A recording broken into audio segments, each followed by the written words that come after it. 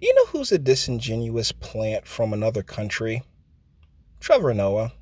You know who really had absolutely no reason to have the job that he does, being the host of The Daily Show, the show that Jon Stewart, an American, built up for, so many years, and the company, because not Jon Stewart himself, but the company that he worked for, the corporation, the Viacom corporation that this man currently works for, they decided, no, let's not go with Wyatt Snack or Rob Riggle or any of the other American comedians that have been here and worked so hard to establish names for themselves. They went with some guy from South Africa that stole Dave Chappelle jokes. Yeah, yeah. I do not think very highly of Trevor Noah in the least. I think he is here to be this cute little light-skinned mulatto boy to basically say whatever it is Master want him to say. And the deal is because, like black is black, right? Like this dude is just, he's a you know what? I know it's the TOS, so I cannot sit here and just and crush this man. So what I will do is basically crush a portion of his video because he's a douchebag. Let's go. In the morning, Fox News on weekend afternoons, and even reruns of baseball. Reruns. And let me tell you something. If you have time to watch reruns of baseball, you have time for anything. Baseball is boring when it's happening. Watching it. You know what the crazy part is? And I guess the reason why I started on this one is because I actually really miss baseball. Like I do. I played with my dad, and it's something about the air, the smell of spring in the air, and swinging that bat, taking a couple good cracks at a ball. That it's like even just having it on TV. Yeah, it's a part of America, and that's my main problem with all of these outsiders that come here and decide that they have the space to speak on our country. You know nothing of us or our customs, Mr. Noah, yet you have the fucking audacity to sit here and criticize the president for, watching some old baseball games and not being at the beck and call of this man does a press conference every single day. That President Trump does a press conference every single day. Does he love it? Of course. But is that him trying to, do the work and present a, strong force for the American people? Yeah. And so that's him working. And despite the fact that he works every single day, you got this dickbag who's what's the word? Who's been granted this very luxurious and fluffy pillow to come into the United States on and critique us because for what? What's your credentials, my guy? You're not one of us. So to sit here and just shit on a man who's actually doing the work is bullshit.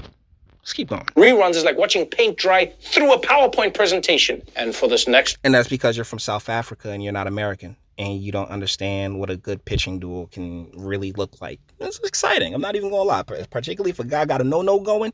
But, I mean, what do you know? Soccer is way worse. Oh, my God. Football. Football is way worse than baseball. I'm sorry. But you know what? Maybe the vaccine guy is actually lucky that Trump doesn't know who the hell he is.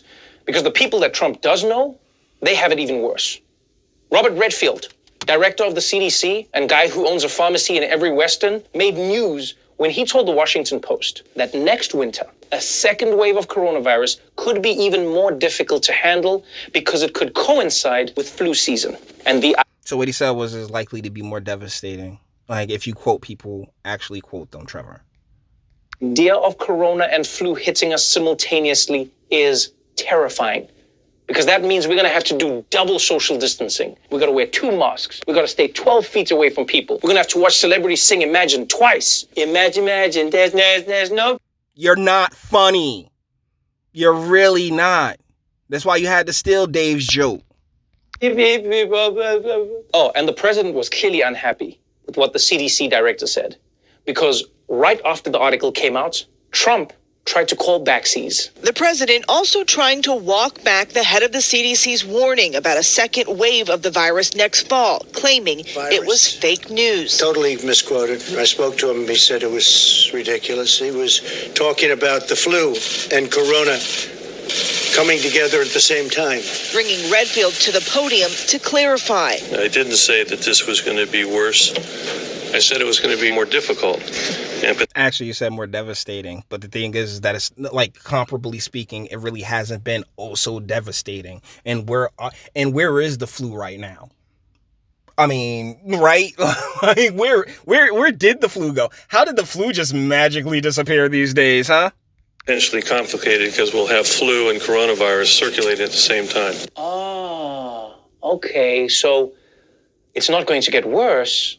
It's just going to be more difficult and complicated. If only there was one word that could summarize that general feeling.